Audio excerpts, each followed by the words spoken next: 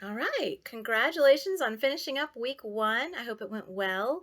Let's go ahead and dive into week two. In week two, we're looking at past climates. What changes occurred in the past? How do we learn about those changes? And how does it help us put our current change into context?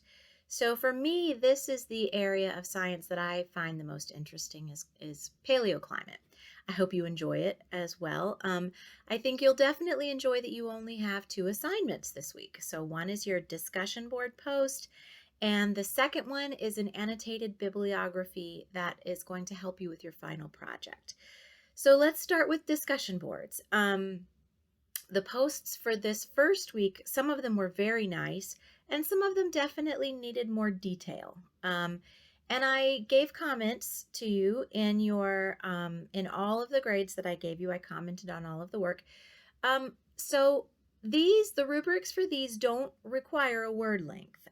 Just as a guide, in order to get the depth that you need to respond to some of these prompts, I would recommend around 200 words. Now, I'm not grading on length, but I am grading on detail and synthesis of the information.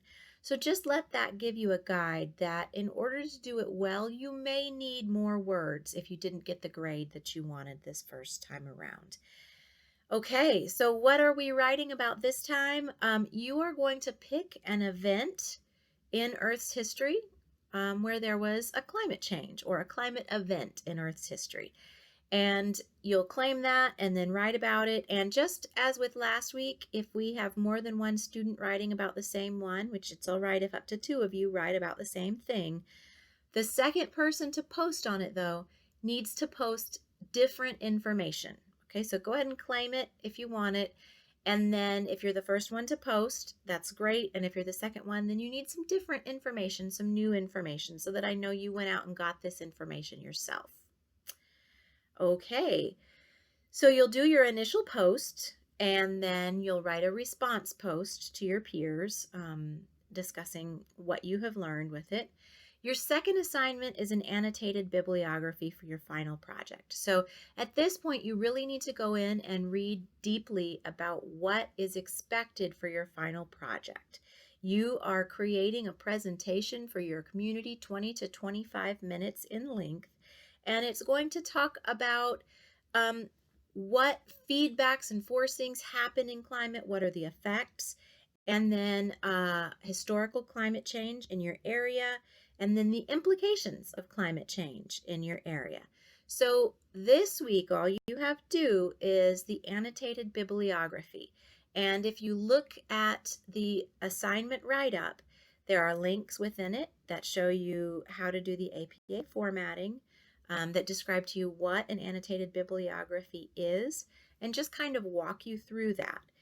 Now, know that you have just turned in a 4-page paper on climate feedbacks. And so you already have some sources to use for your bibliography. So that's exactly where I would start if it was me. I would go ahead and pull out the sources that I've already gotten from this last week, make sure they're cited correctly, write your paragraph or so explanation of them, and then go on and look for some sources that would talk about climate changes that have happened in your area, and then what might happen with climate change in your area. Okay, so as you start to work on these, please feel free to contact me at any point if you're not sure about the instructions, if you need clarification, if you need some guidance, if you just need to talk about it, that's fine. I am here and I'm happy to work with you. I hope you guys all have a good, safe week, and I look forward to reading all of your week 2 work. All right, take care.